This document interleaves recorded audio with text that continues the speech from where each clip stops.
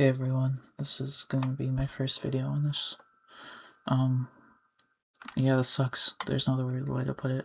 I've kind of just been numb to the news for the past couple of days. I don't know. This dude basically is the reason why I got to 2000 elo in chess. He's the reason for a lot of my improvement, a lot of everyone's improvement. I mean, I can't say enough. Literally, it's not possible. So I'm just going to instead show you my favorite puzzle that I've ever had from this guy. This shows up in his endgame series, and it's one of just 100, I'm not kidding, like literally 100 different incredible puzzles. It's wait to move and draw. And I know that like everyone keeps on talking about how incredible a human being Danya is, and this is just like the one thing that I haven't seen people talk about.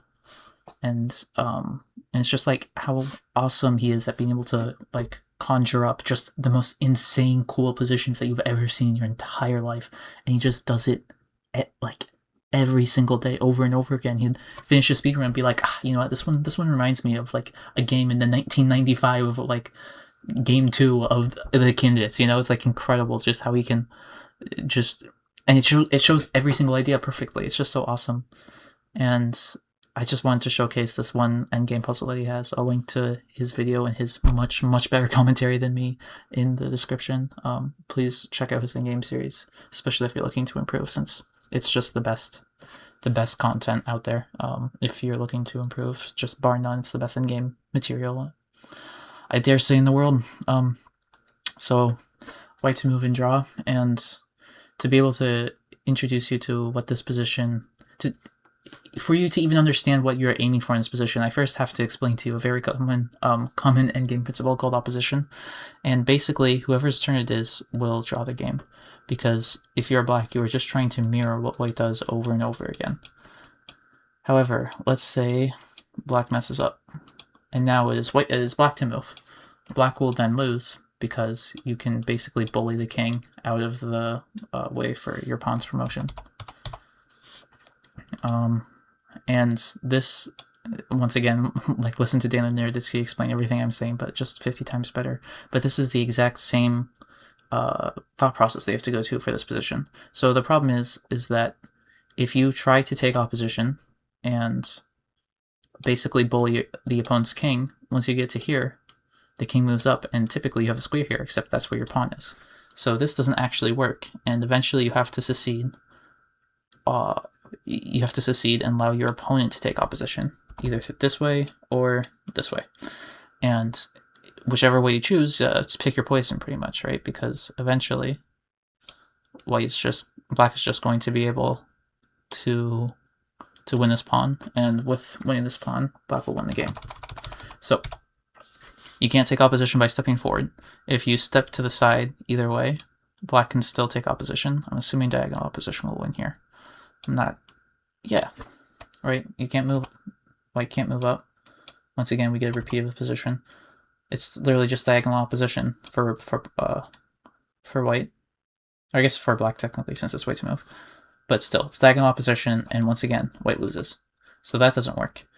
So you have to do the coolest thing. Okay, I know I have to go back to story time, but it's the coolest thing. I remember listening to this position, watching this position and listening technically, but watching this position and watching Daniel Naroditsky play the correct move and literally like gasping in awe, being like, oh my god, there's no way, that's so cool. But I forgot where I was, and I forgot what I was doing. And the reason why I forgot what I was doing was because I forgot about this position and then re-saw it a second time and had the exact same reaction. And I'm not kidding you, I was in class, in high school when I saw this again, and I literally like, everyone in the class just turned and stared at me because I was like, oh my god. And I bet like the people around me were like, what is this kid doing? And I was looking at this. It was this exact position, because this move is like so awesome. It's genuinely my favorite move I've ever seen in any chess game ever. It's just so awesome, because you expect like there's not much brilliance, and like there's not many incredibly new and awesome ideas that you can find in a position with literally 5 pieces on the board, 3 pawns and 2 kings. Like you don't think, wow, this is something that's like completely just so many possibilities in the world, but yet somehow Daniel Naroditsky just literally showed me this like, oh my gosh, this incredible move. And it's the coolest move, white to move, and it's the only drawing move. And okay, thankfully I didn't spoil it with the annotation up here. The only drawing move is King H1, and I can show you Stockfish as well. I'm not lying, King F1 loses. Only drawing move is King H1. Insanity. And the idea is diagonal opposition, or not diagonal, it's a distant opposition. It's literally the exact same idea here, where whoever's turn it is, they don't want to move because they basically just get bloodied around by the opponent. Except you're just doing it, but like 2 squares back. So let's see if I can, come on, fingers crossed, yeah. It's literally just this. It's the exact same idea. The exact same idea. And it's so cool. Oh my god. Like, diagonal opposition in here, the only drawing move is to move away from everything, away from the action, all the way down. Like, come on. It's like it's so good. And I just think that, like, a lot of people who are mourning and like listening and watching Dale Nieraditsky, it's just like, there's so many things, and yet this is something that isn't even talked about. Like, this is something that when you look online, when you go into all of the like tributes and whatnot, you don't see this. And it's incredible. It's incredible how this is just something that is so, he's just so great of a human being that something like this falls to the wayside. Being able to just constantly show and like educate just the most insanely awesome positions and just allow everyone to learn. It doesn't matter what skill level you are. He just constantly just shows brilliance after brilliance, and it's incredible. It's so awesome.